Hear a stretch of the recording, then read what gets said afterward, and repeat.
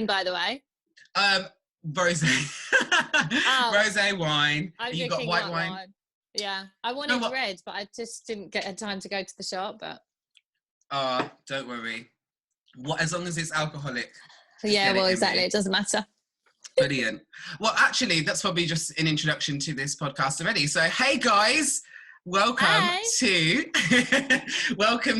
a show about music. And today I'm actually, for the first time, not sitting here talking to myself, so you can hear another voice and another opinion.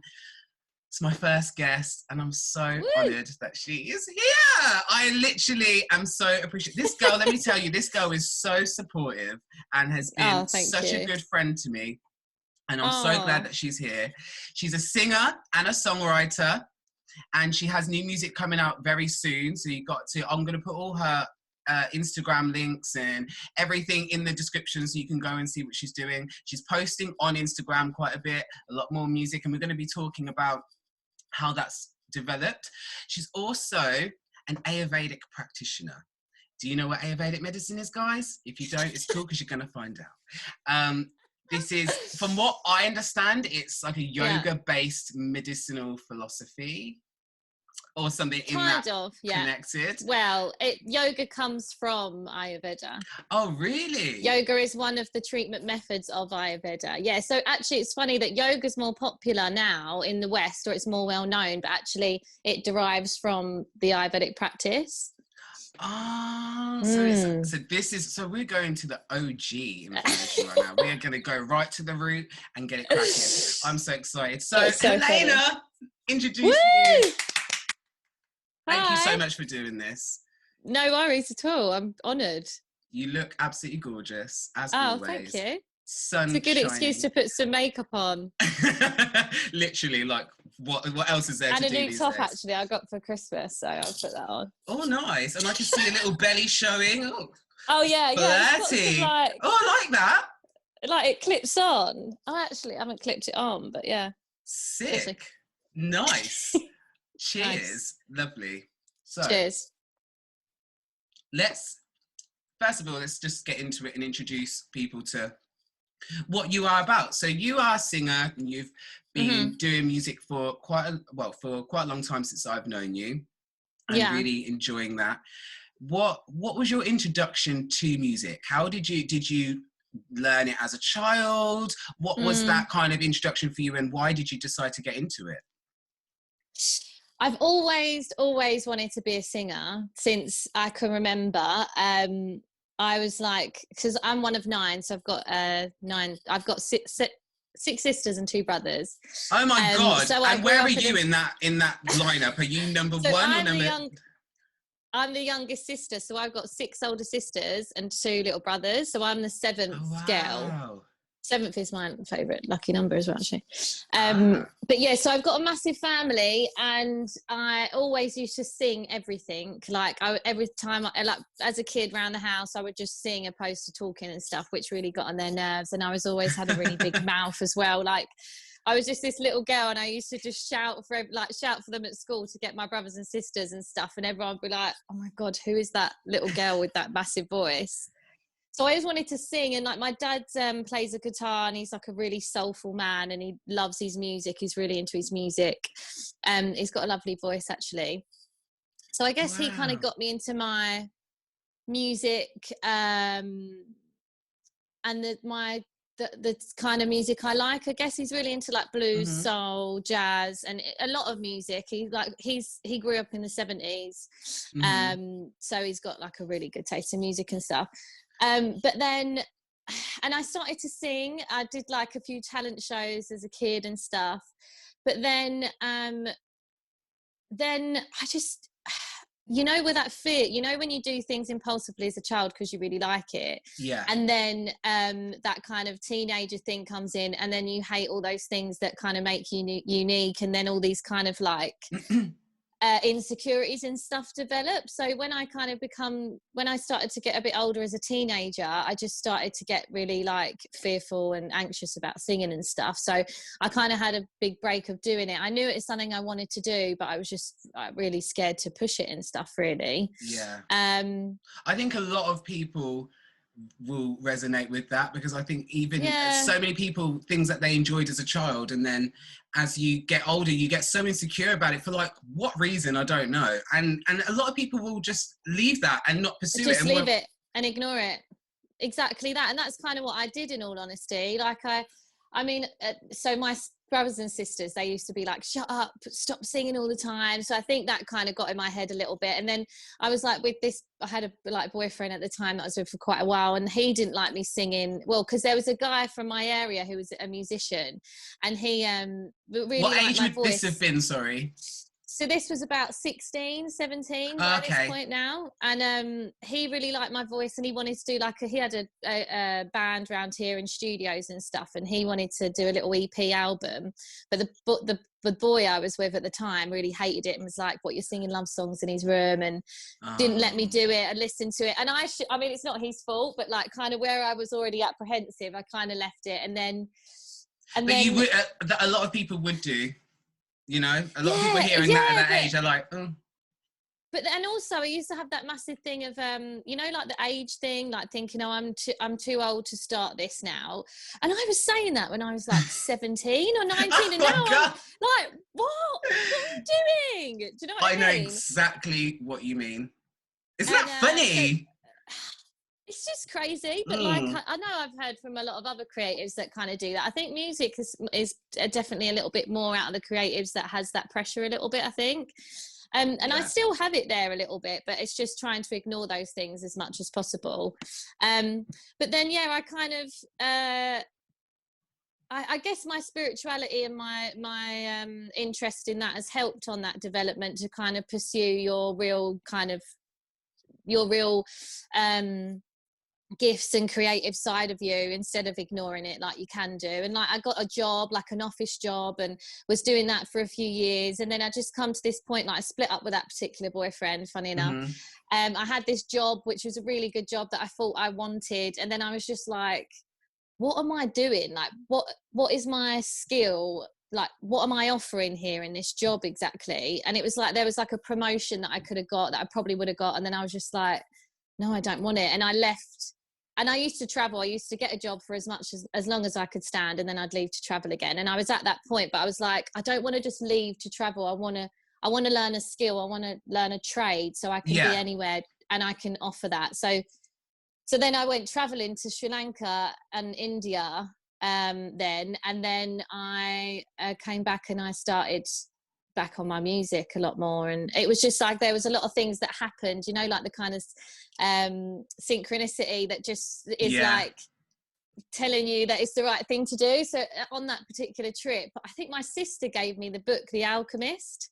Okay, yeah. And, I have actually, some people not that much, some people like it, some people don't, but I just absolutely loved it. And it just seemed like it was talking to me, and it was like, you know, all of the kind of lessons within it is in like, everyone has this kind of purpose on life, and the universe will help you to do it and will give you signs. But if you keep ignoring those signs, it will stop. So you have to eventually kind of do something about it. And another thing was like, fate is one of the biggest things, is one of the worst things that people can believe in, because they think it's just going to happen by not doing anything. You have to actually like work at it, you know. Exactly. I think that's actually what a lot of it can get misguided in the spiritual community. People I think it's getting a bit better now, but for a long time people just thought you could just ask the universe what you want and it would come, and that was going. But it's you have to also do the work and trust 100% that it will work. But you just it's a give and take situation. And The Alchemist is interesting. Like, if anyone has read it and didn't resonate with it, I think if you continue on your journey and read it again, you'll then be like, oh, because there's a lot of things in it that I was like, oh my god, I get this, whereas I wouldn't have before. And it's so full of rich meaning. One of those really good books. Exactly. And I think because it isn't like a direct self-help kind of spiritual book, like, right, do this, it's a story, so you can kind of, you get what you want from it, I guess, and people will have different takes from it. But it was just one of, you know, when everything kind of falls into place at the right time. So I read that while I was traveling, and then I did this. I went with like a few of my like girl mates, and then I stayed on my own. This was in Sri Lanka, yeah, and then I went to India as well. I did a bit of Cambodia and Thailand as well, actually, and but I've travelled that area before quite a lot, but not Sri Lanka and India, and then India ended up being like my favourite place, and that's obviously where Ayurveda is derived from as well. So I already had the interest of Ayurveda at that point too, so I wanted to explore that a bit more in India. So you didn't know about it. You didn't know. I mean, you knew about it, but you didn't know the information. I did know about it. Yeah, I didn't know as much about it. But the funny thing is, so the office job I had, I was working for Groupon, if you know Groupon. And I was working in their head office. And some lady called up and she wanted to do a massage deal because massage is really popular on there. So I was going through the kind of normal like procedure or whatever and chatting to her about that. And she was like, no, this isn't any normal massage. This is like a medicinal massage. It's called Ayurveda.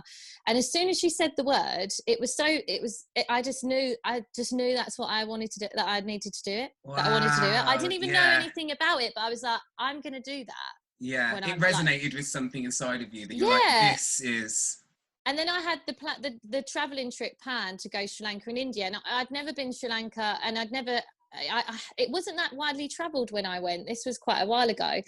And one girl I know had gone, and it was that thing of like, I want to go there. I don't really know much about it. And then while I was at this job, I Googled Ayurveda and Sri Lanka. I didn't know where it come from, to think, is there any connection? Because I always seem to look out for these connections and stuff. And then it was like, yeah, that's where it derived. It's from Sri Lanka and India. So I was like, wow, I'm going, like, so yeah, that's how I got back into kind of, I guess I went from the childish being yourself without any kind of thoughts or things, and then you try and mold yourself into everyone else. I thought I didn't, but when I think back, I obviously did, and I did the kind of norm thing, and then I was like, no. And then that's when that kind of journey started to develop again. And then and then I went traveling, and then I did a bit of traveling on my own, and I did this retreat, which was like amazing. And on the retreat, I learned a lot about kind of yoga and a little bit about Ayurveda. And I was talking to a lot of instructors about it and finding out a bit more. And then they had this, they had like a jam night at the end of the week. Oh yeah. And they were like, does anyone want to get up and sing? And I used to sing before that when I was a bit younger, and then I hadn't sung for ages. And funny enough, the kind of day or so before that, they had a palm reader come in, and the palm reader come up and read my palm, and he was like, you use your voice, you need to use your voice. Wow. And he was like, look, and I was like, you're like, this is mad.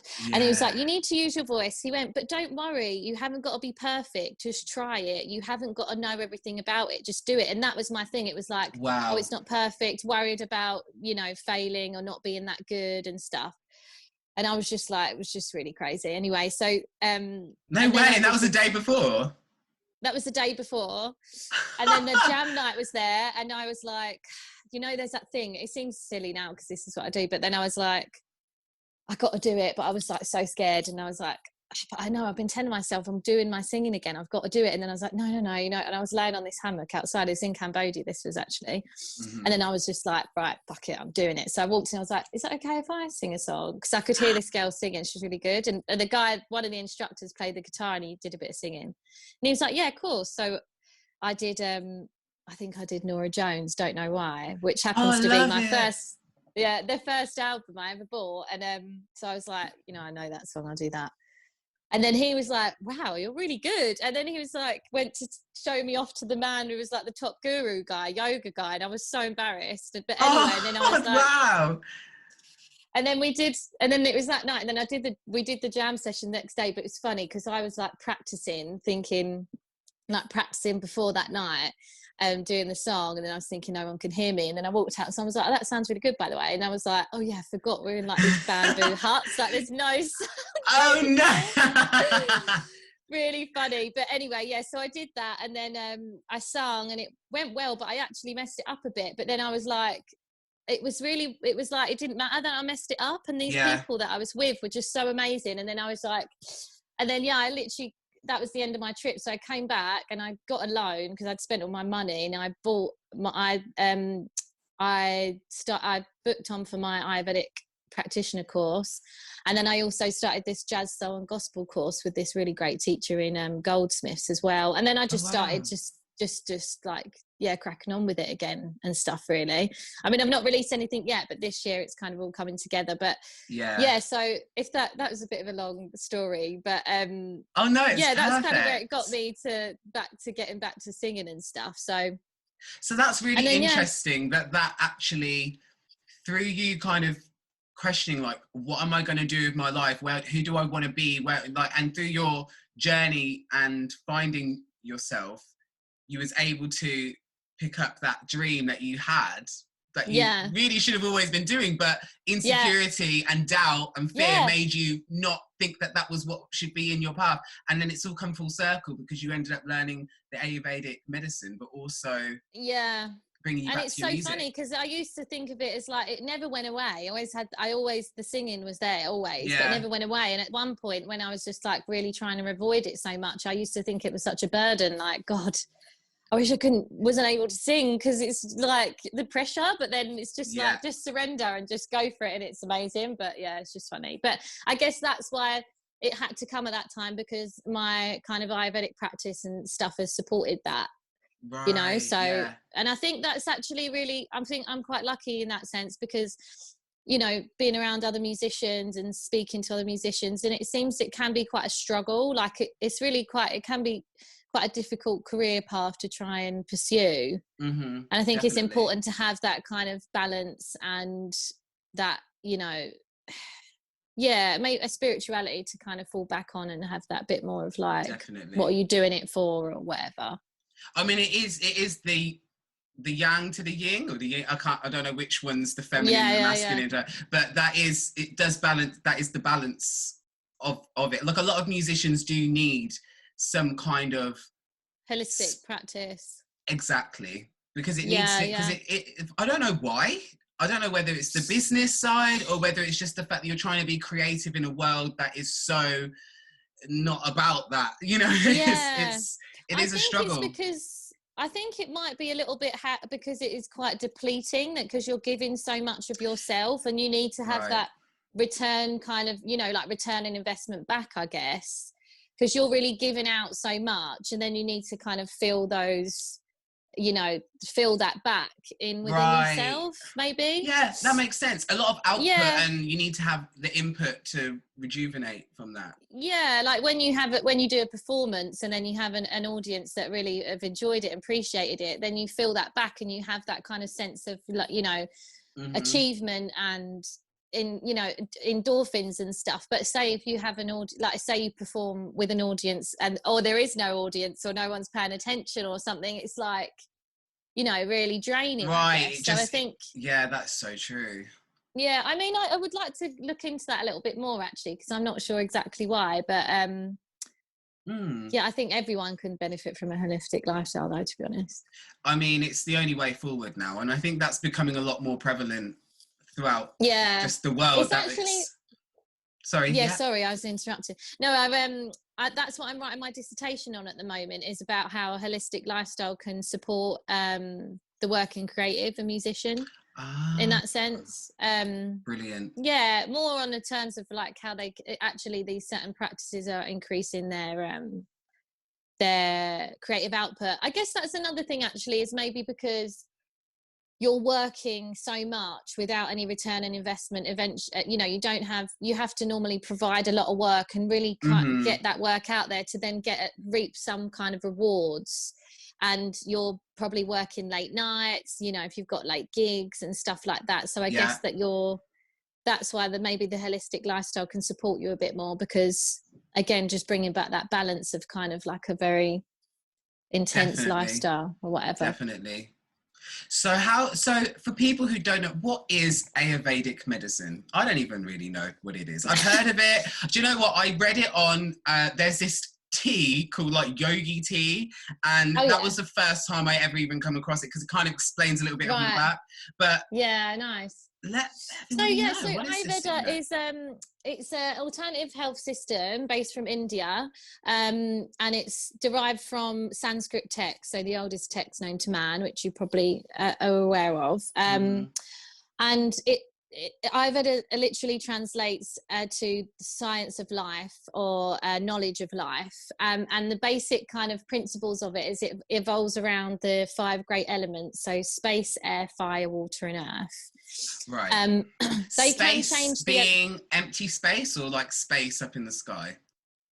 Both. So I can explain to it. So space, air, fire, water and earth, and these 5 elements exist in everything around us, including us. Everything is formed of those 5 elements, and it will be how much of those elements within us determines our body type, our personality, our anatomy.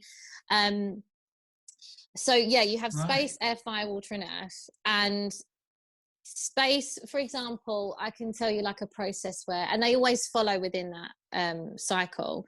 So space will be the initial vessel. You need space, you need somewhere for this kind of, to the environment to be created. So space will be the vessel. That could be the universe, that could be this glass. And then, for example, say you had the vessel, the space of a human body, and when a human body exercises, so you've got the vessel, and then the air, so that's the space element, and then the air element comes, which is when the space is created, air is created, movement. So when movement is created, which will be, say, the actual practice of running, then when air and movement is created, friction is created, so heat then develops, which is then the fire element. So when we run, we then the body temperature rises, we get hotter, and then when heat is introduced, water then is created. So when our body temperature rises, our body then produces sweat glands to cool the body down, and then when the activity is over, or when you've exhaled this energy, then you have then you want to rest, and you stop, and you feel that heavy sense, and that's where the earth element comes in. That's just a certain example to give you the kind of how that sequence how it follows. manifests in that particular action. But it literally, really cool.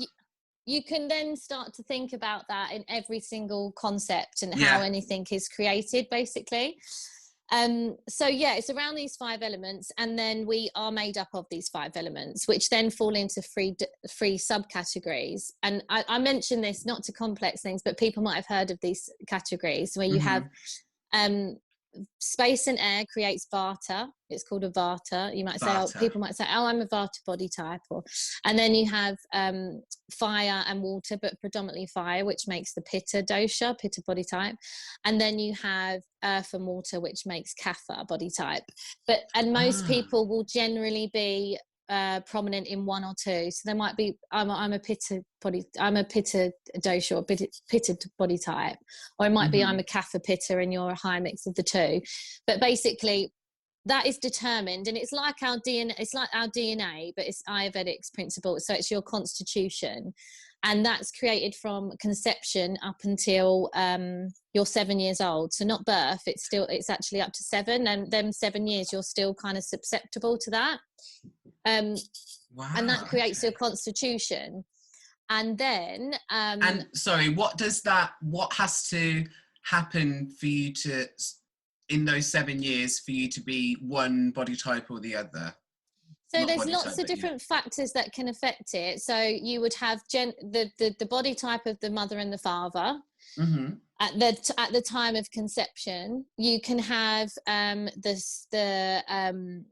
the environment in which 90% of it is made up for how the mother carries the baby in childbirth, and the way she behaves in terms of what she eats, the environment she's in, all these kind of things. It can also depend on, because we believe in souls reborn, so depending on what soul, what your soul is that comes through into a certain life. Also astrology, because there's Vedic astrology which is involved with it, so obviously when you are born, and then again in those 7 years of conception up until birth. So it can be the birth itself, how was that, what environment was that, emotionally, all sorts of concepts. I can explain that a bit more. would upbringing, can that affect like the way that you're brought up? And massively. Wow. So that's why a lot of like, so those 7 years are really important in terms of the life of that child going forward. So for example, if someone is moved around a lot as a child, like say the parents move around, they haven't really got a stable home, or they just like to travel a lot, more than likely then that person in their constitution will have a higher vata dosha, the space and air element. Okay. That makes sense. So it's quite involved, but once you kind of ask the right questions, you find that out. But yeah, so basically I can give you a little run through of the body types as well, because you'll probably be like, oh, I know someone who's like that or whatever. So you have the imprint, you have the constitution, but then after you're 7 years old, you will have, based on your lifestyle, where you live, the weather, what you eat, the people you surround yourself with, more than likely, unless you're like, you are living according to your constitution and you're aware of that, you'll have imbalances of those elements. It will change. Okay. And that's how we use it as a treatment method or a preventative method. So if you was to come to me, who's an Ayurvedic practitioner, we would ask the question to say, and find out, what is your constitution and what is your current constitution or current imbalance. So that can change. This doesn't change, but this changes. And the idea is that the treatment method is all about prevention and reducing these imbalances to get you to live as closely and accordingly to your original constitution. Because any diseases or any kind of imbalances are all due to a manifestation of these elements that are imbalanced. And that's how they are, that's how they continue to form and get more severe. So that's how the method works. But it is through, again, the elements of the outside elements we have based on the inside elements to balance them. So going back to the body types, hopefully this isn't too much information, but no, it's perfect. So if you are a Vata body type predominant, you might get a mix again. So you can get a mix of all three, which is equal balance, or more predominant in two, or more predominant in one. But I'll say the individual one, so it's a bit more straightforward. But if it was if you were a Vata body type, so mainly brought up of space and air, generally those people are, so the qualities are light, mobile, petite, dry, cold. They're the qualities of space and air. So generally the people that are more Vata body types, they will be generally quite petite.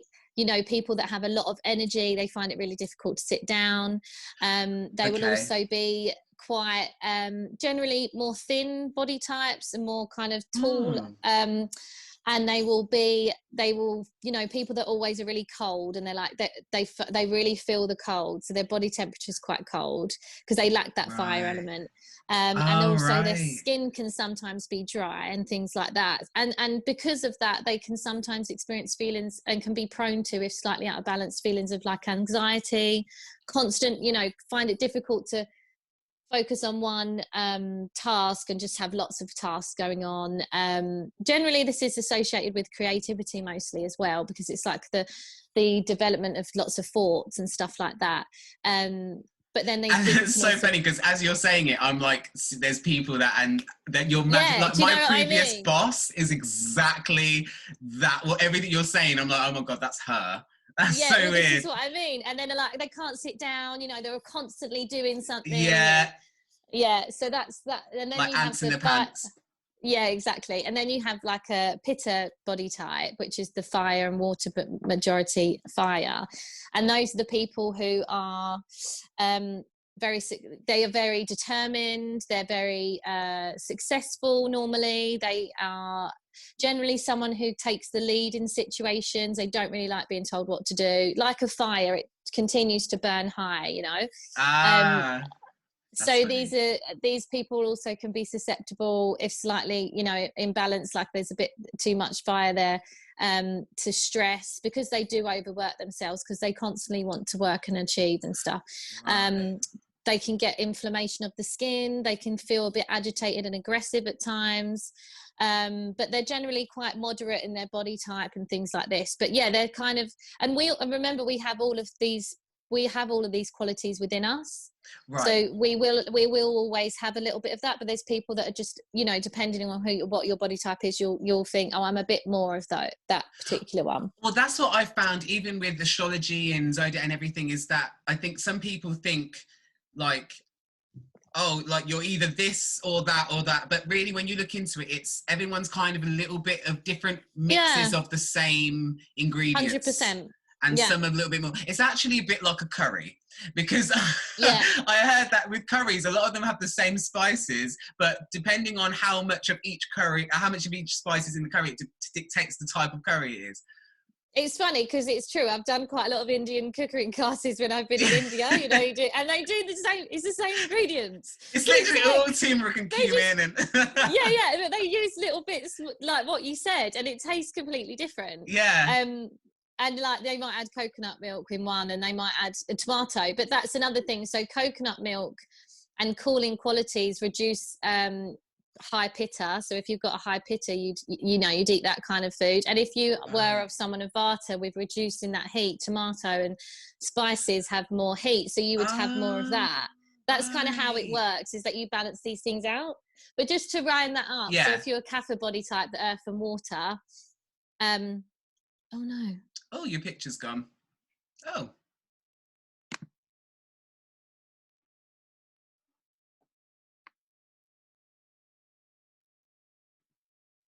The thing back on. Okay, yeah, back to recording. Yeah, so then on to kapha. So kapha body type is this is the earth and water element. So they have the qualities of being quite moist, heavy. It's all about the kind of liquid but the like thick liquid quantity. So they generally are people with a bit more of a higher fat content. They're not necessarily, you know, bigger or overweight, but they can be susceptible to overweight, because they're also people that like to like chill out. They go with the flow. You know, they like to sit on the sofa. They can find it hard to get up and go a lot of the time. But they're also that kind of the people that are really patient and really good to speak to, and like, you know, that kind of motherly figure, I guess. Okay, yeah. But then all they, yeah, exactly.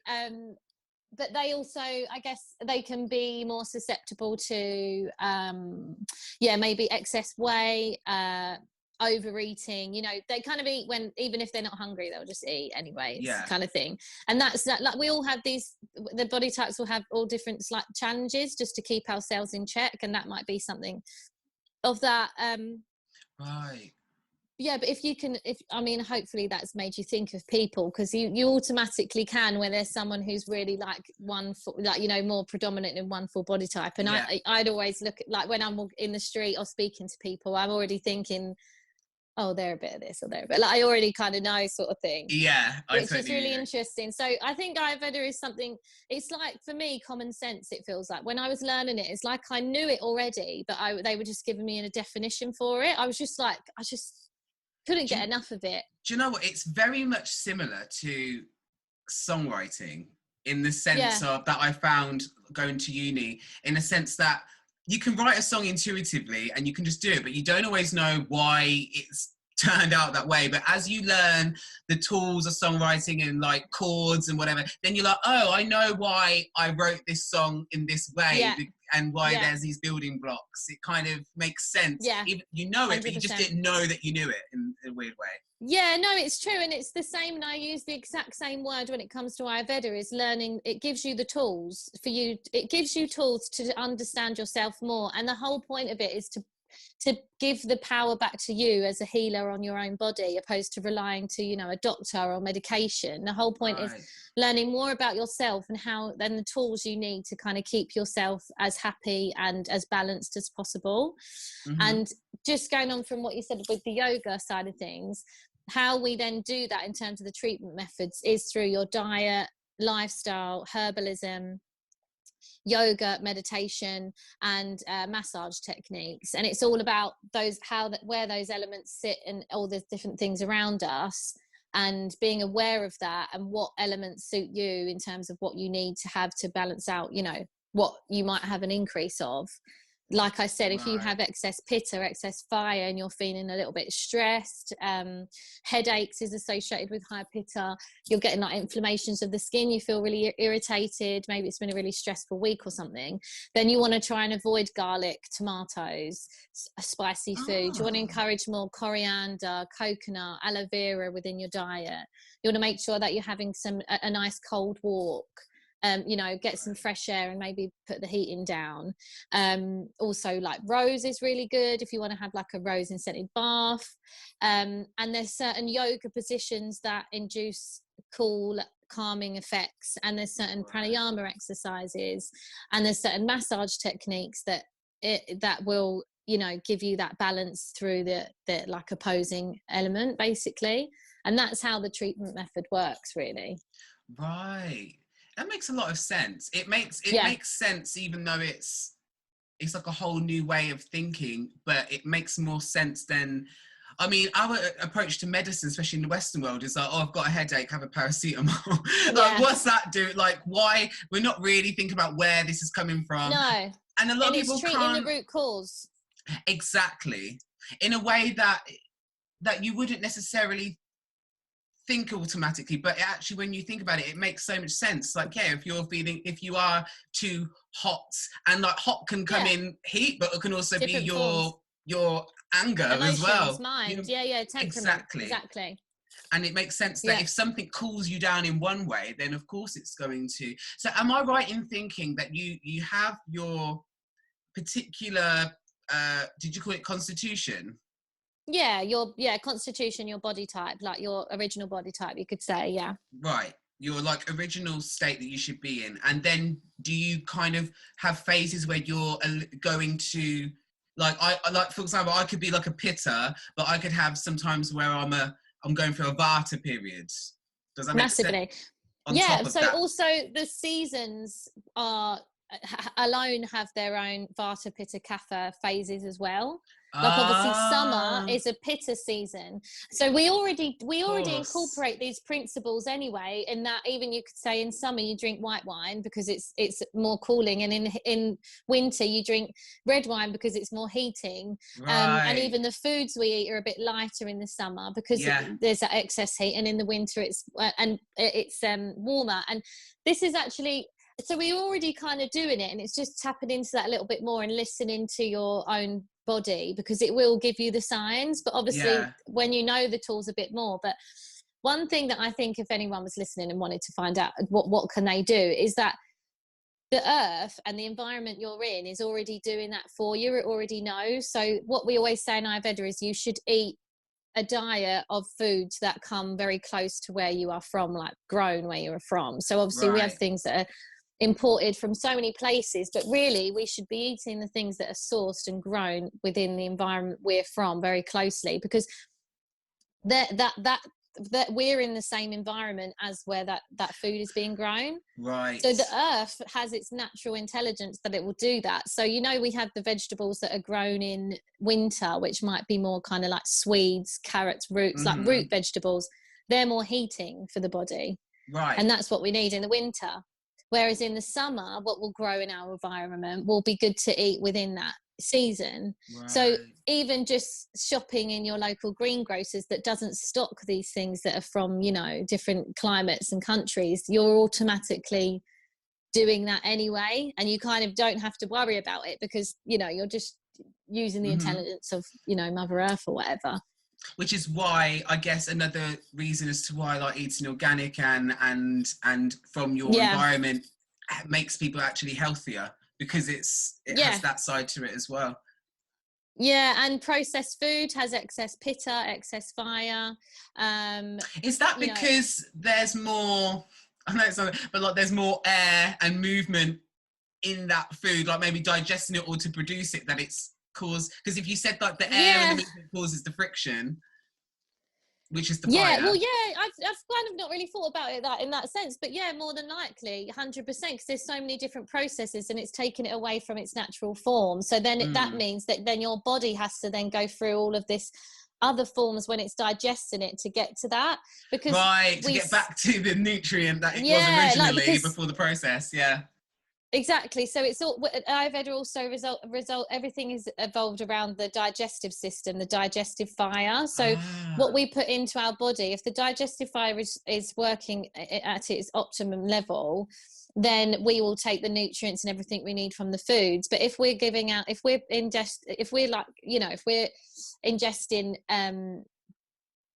negative foods, even negative emotions, it's then going to start to, if we ingest, so leftover food, for example, is not the best for what we can eat because it's heavy on our digestive system, and it has to work extra harder to heat that food up. Right. So then we're left with toxins. If we have processed food, and then it's going to also reduce the strength of our digestive system as well, and then it's going to go into toxins too. And it's already, and you know what, you're probably right in that it's the space and air element has increased that kind of fire element too. So you can go into it in so many different ways, but like you said, if you have that, I think it's really good to have that kind of basic principle in, because you can start to figure it out yourself anyway. Mm-hmm. And Definitely. you can start to be like, oh, okay, you know. And that is really it's helpful to, because I was listening to a podcast that was talking about intuitive eating, which is like really listening to your body and eating what you can feel your body really needs. And sometimes it's not always what you think. And it's actually a more safer way to go about, you know, having a healthier lifestyle, instead of like, because a lot of like the modern fitness can produce a lot of meal planning and stuff. It's scary, because it's like eating disorder kind of stuff that we're having to learn, but it's like, it's not good. Whereas something more intuitive is a bit more. Does it make sense? Because I see, 100%. And like, I get the meal planning thing, and I can see how it's good. Like, if you're just not going to eat anything at all, obviously it's much better to have this meal plan and it's cooked in advance. But then it's leftovers and they're stagnant. As soon as you cook it, the kind of prana, which is the life force that we call it, is extracted. And when it's left, it is extracted. So whenever it's left, that's lost. And then you're just gonna you're not getting the nutrients that you really need, basically. And also, like you said, you don't know what you're going to want to eat that day, and your body kind of tells you what you fancy and what you eat. And also the process of cooking itself is so that I don't want to say too much to get confusing, but like, there's a sattvic way of life, and that's basically where you have pure prana, and it's all foods that are grown in direct sunlight, you know, spending time with family. Prana is energy, right? Yeah, exactly. And that's another thing that we kind of evolve around as well. Like spending time with family, gardening, walks in nature are all sattvic practices as well. Yoga, meditation, certain food, all green foods, grains, you know. Because they've received their energy directly from source. And there's not... Exactly that. And you don't have to cook it to produce the heat that you're needed to digest it. You can digest it as it is. Yeah. So then there's like why meat. Think of that. Yeah. So even meat, for example, meat has to be cooked to a certain temperature to allow your body to then digest it. But then as soon as that reduces, the temperature is reduced slightly, then it's too heavy for your body, and that's why it's really heavy on the digestive system, because the prana is not a natural source of prana. So that's going to also then increase pitta and kapha elements as well. So wow. Oh my god, you can go so deep into it. You can go so deep, right. But, so what would carry on. No, what was you going to say? Going to say, whenever I speak to someone and do like a plan for anyone, I always tell them to just introduce, because the whole point is a lifestyle. It's not a treatment plan. It's all about preventative measures. So when you do learn anything more about your body type, I always just suggest to start to include 2 to 3 things max. Once those things become second nature, introduce a few more, because otherwise it's too overwhelming. And the whole point is not meant to be stressful. But it's just, So it's actually more of taking your time with it and build. So is there a part of like building habits with it? Like, are you having to build new habits? 100%. It is habit. It's routine and habit and repetition. That's exactly what it is, because it's a lifestyle. It's not like, oh, I've got this. I mean, it can do this too. I've got an illness, I'm going to start doing that. But the whole point is to introduce these things in your everyday lifestyle, so it becomes habit and routine. So those illnesses, they won't manifest. They won't happen, because you're keeping yourself in balance. So that's really good, because then even like on a day where you're like, do you know what, I'm feeling extra angry today, like extra pitta, fire is burning. So, and then you can be like, right, okay, so I'm gonna have a bit of this, or like you can have a list 100%. Of things that you can go for to balance out whatever it is that. So 100%.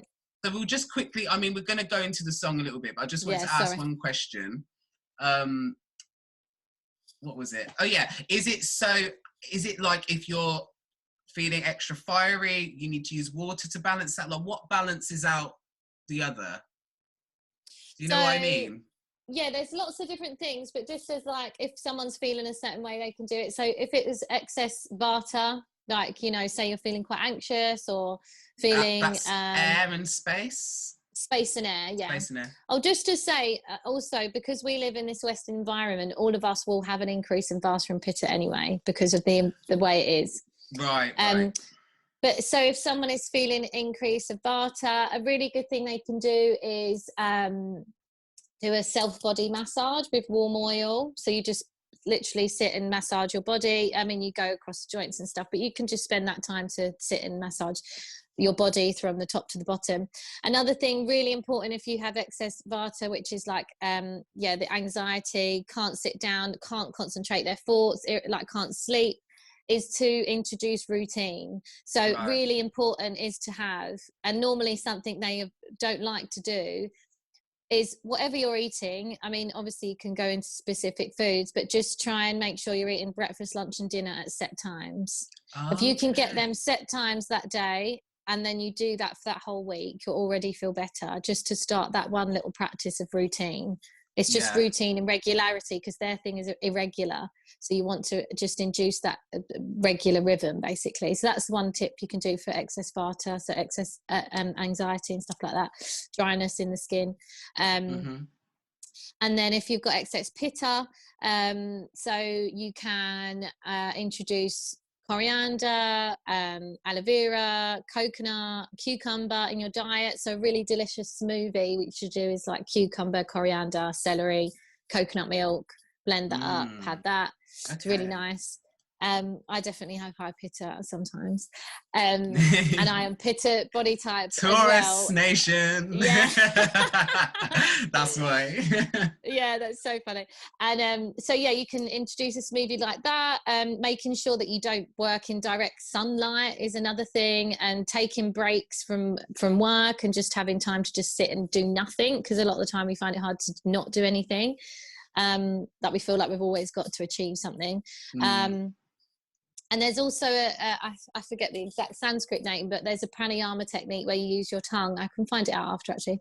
And you use your tongue like this, and you breathe through, you breathe in, you breathe out through your nose and in through the tongue. Keep it like that. Ooh. And can you feel it's cold? The air is cold. So it's actually, you're literally inhaling cold air, and that's also a calming technique for someone with high pitta. That's so good, because honestly, I'm feeling boiling hot because I've got these headphones, and I need to, I'm like jacket. Flushed. I'm like, and that just made me feel like, oh, good. Like so exactly. And then so high kapha, if someone's feeling a bit lethargic, a bit like can't seem to get up and get going with anything, and a bit lazy, then they want to induce stimulant property. So you can introduce ginger into your diet. Turmeric is also good. Doing the one thing that you probably hate to do is just actually get up and do some exercise. So go and do like 15 minutes walk, or even like a quick run, or just making sure they're introducing that bit of, that 15 minutes exercise in the day, if they can't do anything else, to do that, because they will see that it will also improve their mood straight away. And one other thing is not to eat before 10 p.m. So if you feel like you're 10 a.m. If you're kapha predominant body type, then skip breakfast, don't eat breakfast. because your body takes longer to wake up, or the organs take longer to wake up. Right. So you don't want to add more food that's going to make it even heavier on your digestive system. So just skip breakfast completely and eat around 12, or just have a late breakfast at 10. That's another tip as well. I think that's quite good, and because a lot of people generally don't feel, because we've always been told breakfast is the most important meal of the day. Oh yeah, I know. And it's like, but actually my body doesn't want to eat at that time, and I don't feel good if I do that. Yeah. So there must be, exactly. So it's interesting that that's a piece of advice, isn't it? Right. Yeah. We are going to talk about more about the Ayurvedic in the next segment. Cool. Just a little bit more, but let's go with the song, the first song that you had suggested. Yes. That we're going to play for you guys. So what Should is I it? talk about it first? Or? Yeah, we'll talk about it a little bit, and then, because I haven't heard it. Should I talk about it first? Give us the information, girl. You want me to talk about it? Love it. So basically I chose this song because this is one of my favorite. He's a producer actually, but I guess you could call him a band, I suppose, and the vocalist is Sampha. So do you know Sampha? Who's like amazing vocalist, another one of my favorite artists. But this was the best gig that I think I've ever been to actually, and it was really, because I've spent a lot of time on like London dance scene, and I love the dance and festival sound and environment, and that kind of music, electronic music, and I also love the kind of soul, jazz, more kind of live instrument kind of band style. And this was like, it was just a sound that I thought, this is the sound I want to create, I want to aim for. I just loved it.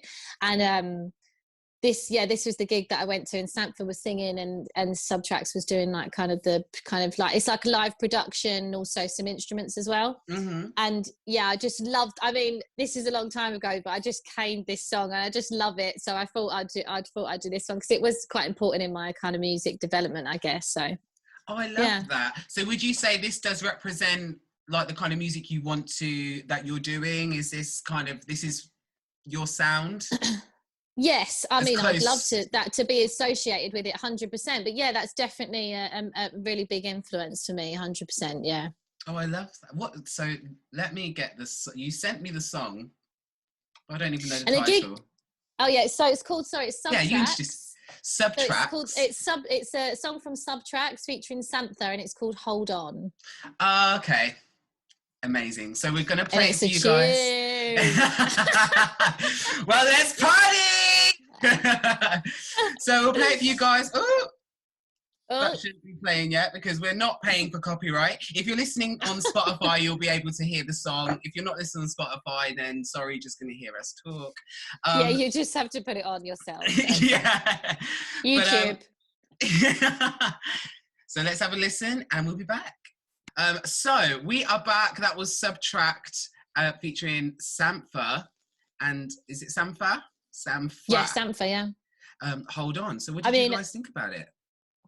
Oh, well, no one can reply, can they? I don't know why I'm asking a question. Yeah, did you like it, guys? Talk up a bit more. I always ask questions on this thing and it's like dead silence. There's no one's answering. No one's here. But I actually really like that. I like that bass and that beat, that drum, that just like fall on the floor. Perfect. I can imagine seeing it live. Oh, I don't even want to, making me sad because I can't imagine watching that live and just feeling that. Oh, I just want to feel the bass on my body again. I know. It was so good because it started from like it was like a gig and everyone was, when you go in and everyone's a bit, they get further away from people. No one wants to be close and stuff. And they're standing with their coats by their feet or whatever. And then it started off a bit slow. Do you know what I mean? That's literally and me. they've got their beers and they're not moving. It's like, I actually missed that now. But yeah, they're kind of all a bit reserved. Yeah. And then it was like, I just love what they did. It was with the lighting, the sound, the set list they did, but it slowly just started to develop. Even like I think the BPM started to increase. They did more of the dancey stuff, and by the end, literally the whole, and it was like a rave, but it was a gig. It was at like I can't remember. It was in O2 somewhere, and everyone was jumping and dancing like with each other in the Unified. end, and like, no, it was just amazing. It's just funny how you see the progression from like don't know anyone, and then everyone's just like, let's go. But it's literally like that with music. Like when we all turn up at these events so self-conscious, so like, oh, I don't know who's around, like we're just all scared and we don't know. And then something happens with the music and it opens everybody up, and it's such a one. That's why I think people really are missing gigs at the moment, because it is massive thing. I mean, I don't know any other place that you would kind of be around a whole group of people and feel comfortable to like hug each other and connect and be like, and because you're all kind of connected in this weird way, which you never would be outside this event. Look, I've danced in rooms with thousands of people that you don't even know, and you're all sweaty and touching each other. Like, if you would do that normally, you'd be like, oh, but it's just like, yes. And I think maybe because the music puts you all on a, like, even like the BPM itself, once you're all kind of in that, then your heartbeat and, you know, your body's starting to all vibe to this same rhythm. And then you're all in the same room. Yeah. So everyone's just like, everyone's starting to just, you know, and also get on the same frequency almost, because we're all vibrating at that same, like when you're stressed, your heart rate increases, you know, certain things, but then it gets everyone on that like lovely level, and then everyone's just loving each other. Oh God, I can't wait. I know, I really do feel like, as much, I may be being hopeful, but I really do feel like we are going to get over this, and we're going to, because we have actually been 100%. Through this before. Yeah, like the Spanish flu or whatever. I know. Did we call it Spanish flu? Is that problematic now? But the old flu. Really? I don't know, because apparently it didn't even start in Spain. Well, it's like this if this was called the China flu or whatever. Right, exactly. Yeah. But yeah, we've been through it and we got through. And actually, the 20s after that was like the Roaring 20s. So we're gonna have a cultural boom, and I just can't wait to enjoy it. Yeah, and also after the World War II, is it? And you had like the 70s, the hippies, like it's gonna be great. I'm actually excited for that. Just give me this vaccine. And we're gonna be out like, whoa! Definitely, can't wait. Yeah, I can't wait. Let's talk about your music. Okay. This is what it's all leading up to. Yeah, exactly. So tell me have you, prior to the pandemic, what was you doing musically? Like, so you came back from Sri Lanka, you did your Ayurvedic, and then you went to university. Was uni like your first kind of like introduction back into really doing music properly, or was you kind of doing it a little bit before uni? So I did it before as well, like it was like a gradual thing from that. So I did that little course, which was really nice, and that was the kind of genre that I was really into at the time. And then I started to do a few kind of like open mics here and there, and in London? In London, yeah. Although I still lived in Essex at this point, I think. But I moved to London after that, like just before I started uni. But I mean, I was so close to London anyway, and that's always where I used to go out and stuff. So I did a few open mics. Still was quite scared at that point, so not as much as I could have really, but I still pushed myself. And then I did like a regular kind of cover gig as well every Sunday. That was really actually beneficial. I'm not really one that loves to do covers, but it was actually, when I think back, was really beneficial for me to like get kind of over stage fright and getting comfortable performing and stuff like that. So after I did that, I was actually not that scared anymore, which was something I thought I would never have kind of got over. And I did I did a little other course as well, like a singing course, just to advance a little bit more as well. I felt comfortable doing courses because I felt like it just give me that little bit of support. And was it, do you feel like it was really about just you getting over that stage fright, getting over your confidence, building your confidence, and just getting the muscle memory back again, if that makes sense? 100%. Yeah, exactly that. It was kind of just getting back into singing. It was just singing, and I generally did more covers at that kind of stage. And then I funny enough, it was actually my dad. So it was like kind of getting through a bit of heartbreak and stuff. And my dad's really deep, like emotional man, soulful man, and he's really into his music. And I would go around there and he'd cook his delicious food and he'd show me all his old records and stuff. And that's where I really got into like jazz music and jazz and soul and Ella Fitzgerald, Etta James, Otis Redding, those kind of artists. And I was like, this is so good.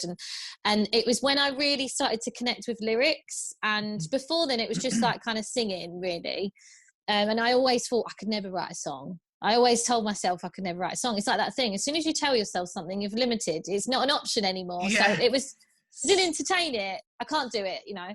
And then yeah, I just started to really listen to the lyrics of these songs, and they're obviously so powerful.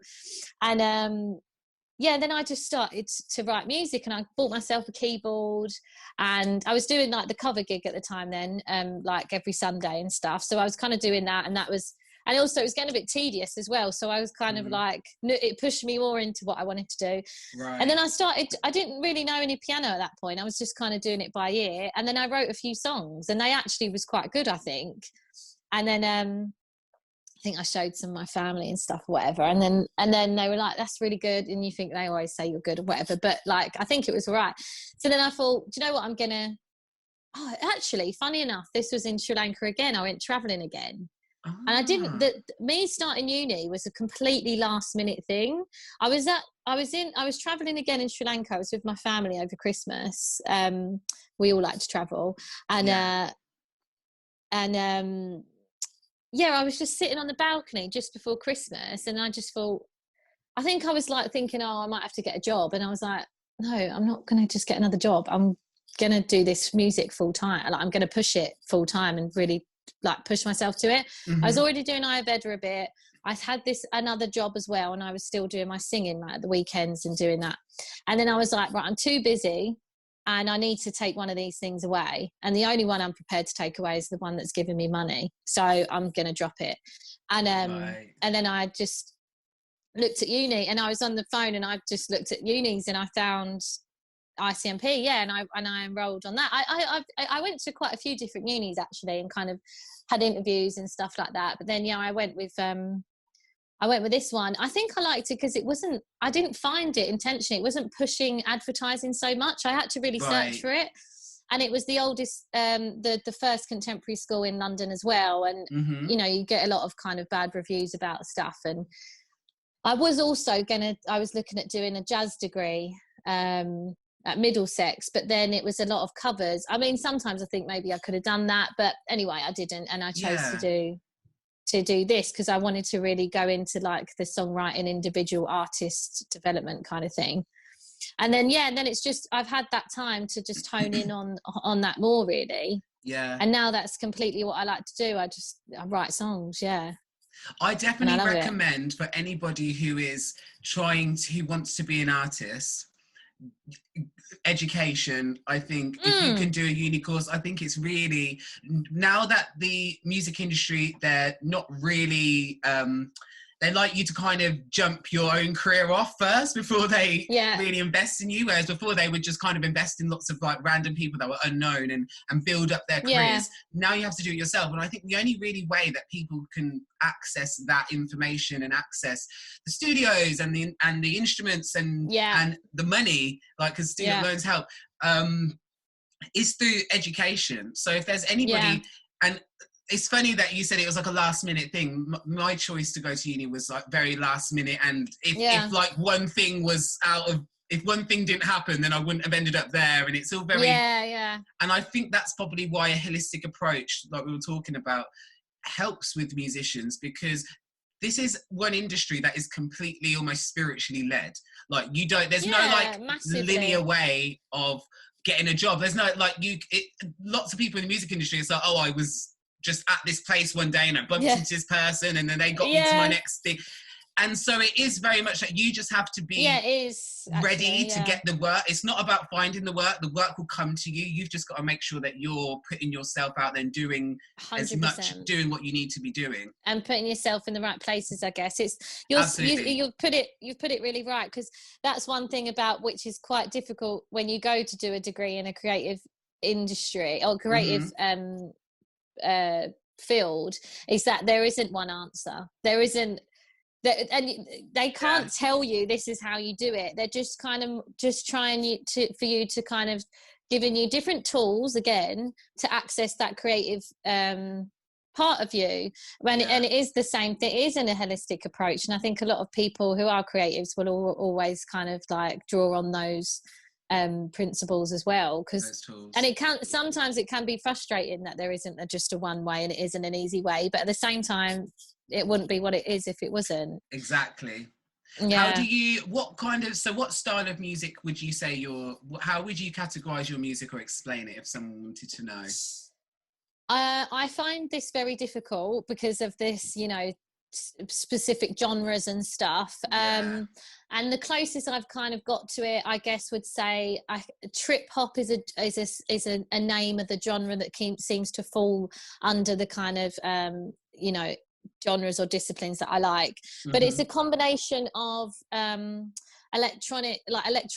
So I really like the kind of like breakbeat UK garage kind of electric drum and bass kind of drum lines, like funky soulful bass, jazzy chords and like sevenths and ninths, and sort of jazz vocal deliveries, but also a bit of spoken word as well, like hip hop influences.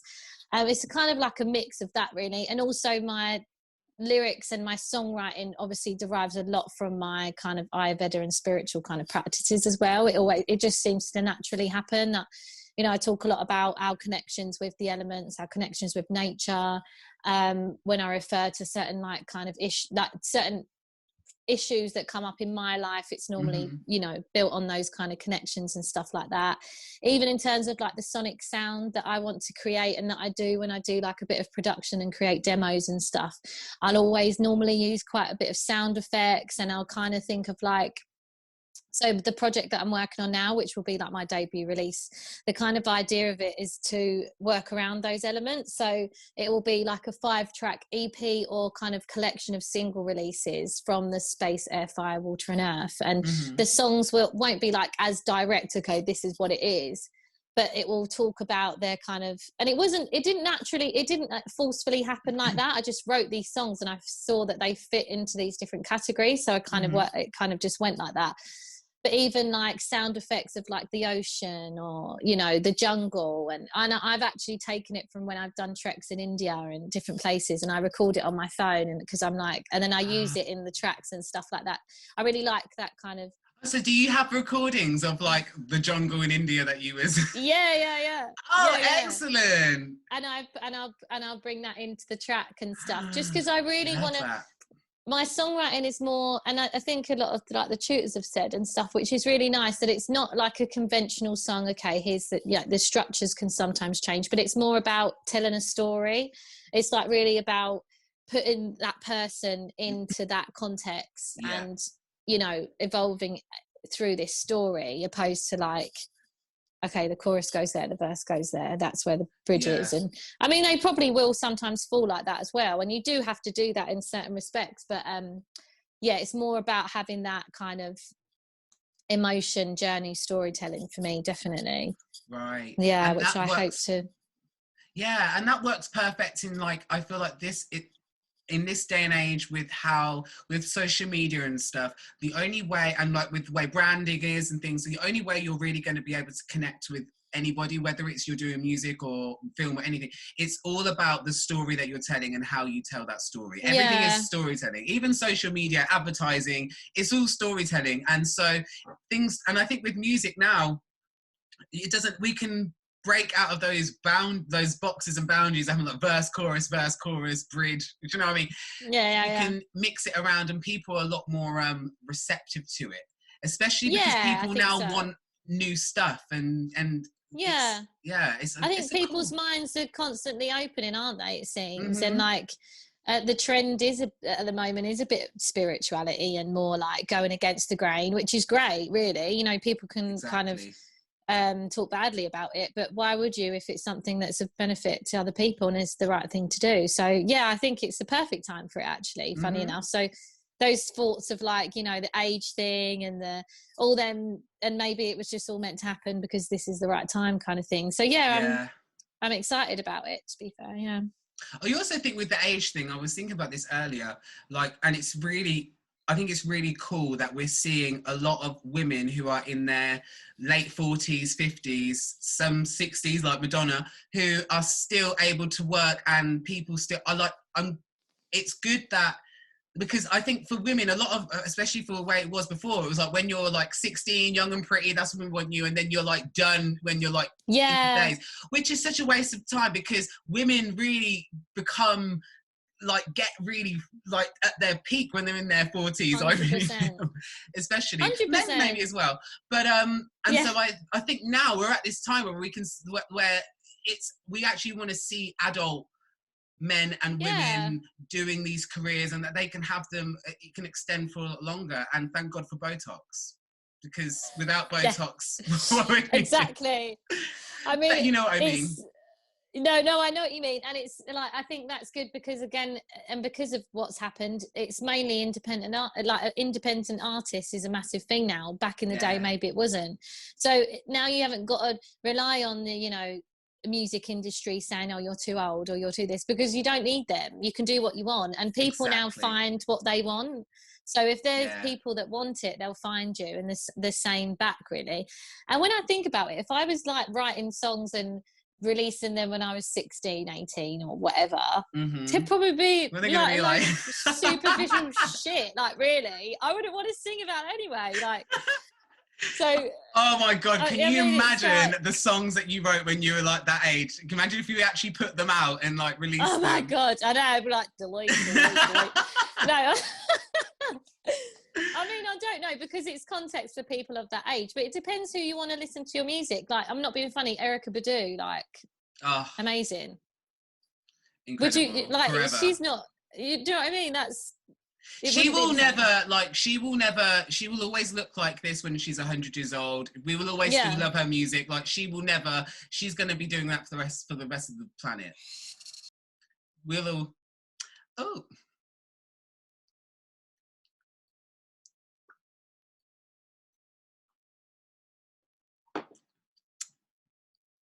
No, but carrying on from Erykah Badu.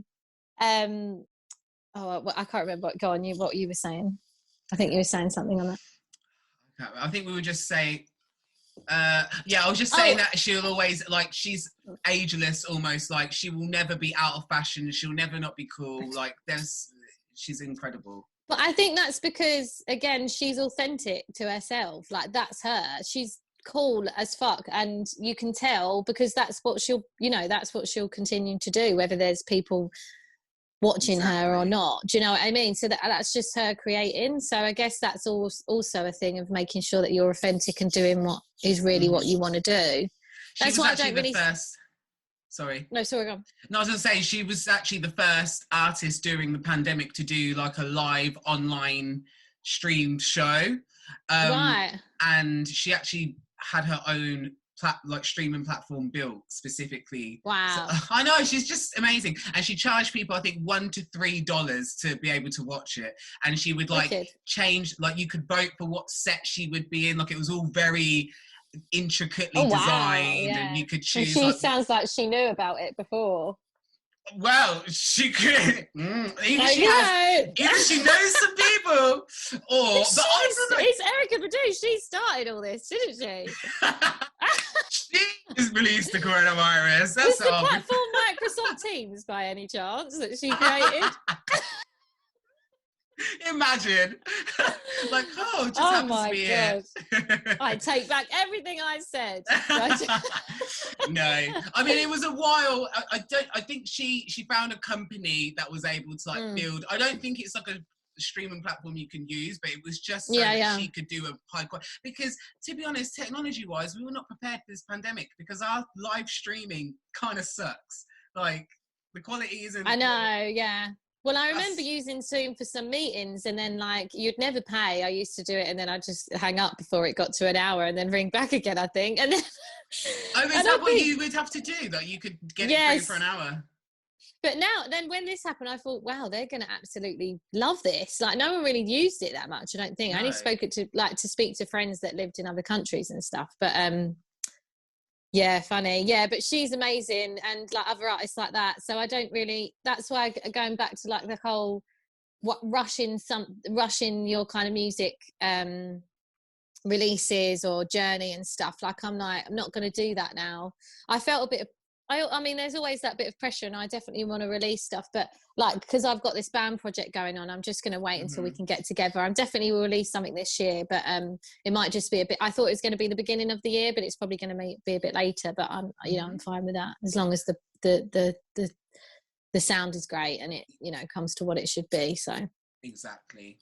I think sometimes we're always thinking we need to do something, we need to get it out, we're always rushing. It's like, hold on, we can actually take 5 minutes, and it doesn't have to always be a rush. No.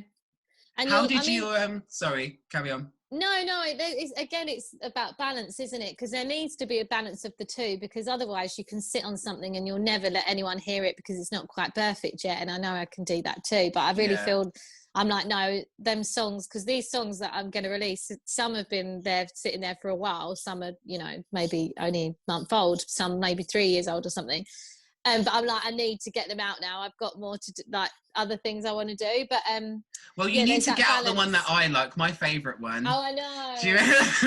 I was actually like, you need to make this song happen because I need to listen to it regularly, and I need it. Like, why? I need it. Like, I need to hear it on demand. Sometimes with tunes, I'm like, no, I have to listen to that regularly on my playlist. So can you just hurry up and do it? Yeah. I guess for that one, it just wasn't this. Like, I really love that tune, and that will be one of the releases. It's just, it's not quite at the sound that I want it to be in terms of what I want it to be. But that's like, and I'm kind of just working that out or whatever. But yeah, it will be one of them. Oh, perfect. Yeah, exactly. But how did your band come together? Like, how did you get the band? So this was, again, this thing of like holding back, procrastination, of like, I'll wait until the perfect time. And then my friend from uni, like Shav in my class. Love her. Yeah, love Shah. I saw Theo, who's the drummer at uni, and he was playing some music, and I was going to talk to him and I was going to send him some tracks, and I was like, oh no, but I'll just work on the track a bit more until I send it. And she was like, just send it, because I knew what I'll do. I'll end up like holding on it again, which I do quite a lot of the time. It's not quite ready. And then this year has been a massive change, actually. I just feel like I'm like, come on, like stop sitting on it. And it's that Kapha thing again, that heavy kind of like, holding back thing. It has this quality of holding back, which I have got that in my body type too. Anyway, and is that because Kathas want to feel safe? Is there an element of, I want to feel safe, so I'm just going to build myself in this big blubber and keep me away from everyone? Do you know what I mean? It's Kapha is also responsible for the immune system, so it holds on to everything in case you might need it later.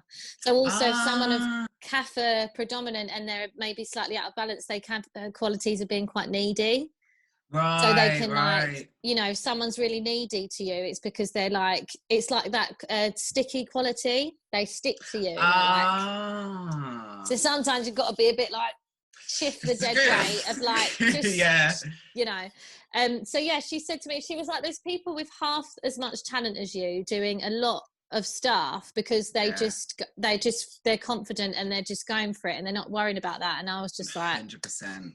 And it come up that, funny enough, something else come up like that day earlier on. And I was like, yeah. So I just sent it. And then he was like, yeah, 100%. Like, I really think it's cool. And then another guy that I put up a post talking about my references, like subtracks what I just played and some other references. Because I've not met that many people that are into the sound that I like completely. You get people that like neo soul and which is similar, but it's not quite the same. It's more that electronic kind of feel with it as well, that kind of dance thing and like that garagey breakbeats sort of stuff. Anyway, and then who's the guitarist, he was like, he messaged me before and said, yeah, like really up for that kind of sound anyway. And that was before that was nearly a year ago, because I wanted to form this band before lockdown, and I did this kind of post and reached out to people, and he's come back to say really like that sound, but then no one could get together and stuff, so it just stalled it a bit. And then I started to think, oh, I'll produce myself, but then I was like, no, that's what I want to do anyway. I reached out again, who's there, and then bass player that was in a band that I did before, and he's a really cool guy that, you know, and yeah, I just asked basically, and they said yes. But it's just funny because you know, you just procrastinate for so long, and you're like, oh, no one might want to play with me, or there's just that kind of self-doubt, negative talk, and then I just did it.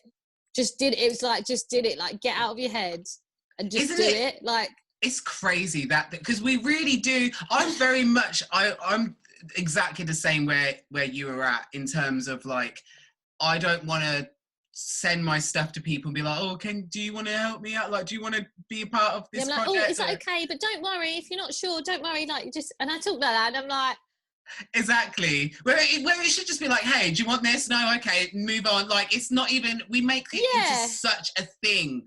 But no one cares as much as we do, so we should just chill out. And if they don't want to, they won't reply or say no, and it's fine. And I've really got that. I've just stopped that now, as of like probably like the last year or something. I'm just like, because it is, and it's funny because Shah, again, I talk to her about it, because, you know, everyone has these things, and I say to her, you do your head in when she thinks about, maybe overthink stuff. And she's like, I say to her, you're doing your head in. And it's funny because she's Filipino and I'm obviously like from Essex, so it's funny when I say it in my accent. And she said it back to me in this class, and it really, and then it's kind of her saying what I say back to me is stuck in my head. So whenever I can feel that going, I'm like, and again, it's practicing mindfulness, which I say to people, like, try to stop thinking about what could happen, what has happened, just do it. And so I always have her phrase ringing in my head when I start to feel it. So, and then before I can even think about it, I just send it. And I now just send it. And that's the only way it's happened. And anyone I've sent anything to, they're like, yeah, this is super cool. I'd love to do that. So it's like, so just one of them when you just got to get through the process of it. But it's funny. We are the only people in our way, basically. We are our own block. And your perception, because if you have this, you said something earlier where it was something like, oh, that's it, you told yourself that you couldn't write a song, so therefore that became your reality. I can't write songs because you just you limitation. Limitation. And there's so many things in my life where I'm like, I didn't realize I was limiting myself off from so much abundance, because I don't know, I automatically told myself that I wasn't good enough, or that I couldn't do it, or that's not me. And it's like, hang on, what? I didn't even question the fact that I just thought, oh no, that's not me. And that was it. I've not even tried it. Yeah. How do you know? It's the same. My friend does like MPL therapy, I think it's called. And she does a lot on limiting beliefs. And it's like, just don't even... MPL? NPL. Okay. It's kind of like an alternative to like CBT. Yeah, no, it is something like that. And it's kind of reworking the brain, talking to the brain, and kind of things that they just trying to change its opinion on it and use different methods. It seems to be super cool. I'd like to do a session with her. But that sounds good. But yeah, it's this limiting beliefs of like, I don't know why we do it. I mean, I do it, we all do it, but it's like, just don't give yourself that limitation. You could even rephrase it in like, okay, I'm not that good at that. Even that, like, I haven't, so I told myself I couldn't write songs, but I didn't even try. So how do I know? And also it's like, you haven't, and sometimes I feel when people are like envious of people's positions that are a bit more advanced than them, I really dislike that, because I think, you're disrespecting then, if you want to do that and you're talking badly about the people that have done it, you're disrespecting what it is that you want to do in itself, because that takes dedication, that takes work. So just respect the work that they've done to do that, and honor it, and be part of that process. They're not necessarily better or worse than you. They've just had the time and work to do it. So just appreciate that, I think. And it's like, that's very interesting you just said that.